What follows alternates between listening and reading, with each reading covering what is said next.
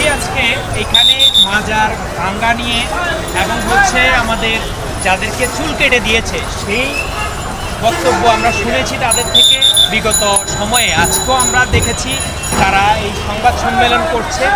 আগামীকালকে তারা একটা ঘোষণা দিয়েছে এই মাজার বন্ধের দাবিতে সরকারের কাছে একটা আবেদন জানিয়েছেন তারা। সেই বিষয়ে আমরা তাদের থেকে জেনেছি বিভিন্ন তথ্য যে আসলে তারা করতে চাচ্ছে।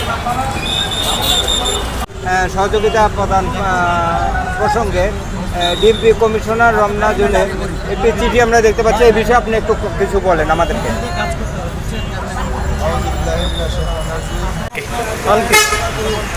আমরা যারা অলিদেরকে ভালোবাসি, অলিদেরকে মহব্বত করি, অলিদের প্রেমে আশেক হয়ে গোলাপ শাহ মাজারে এসেছি, তারা আগামী কাল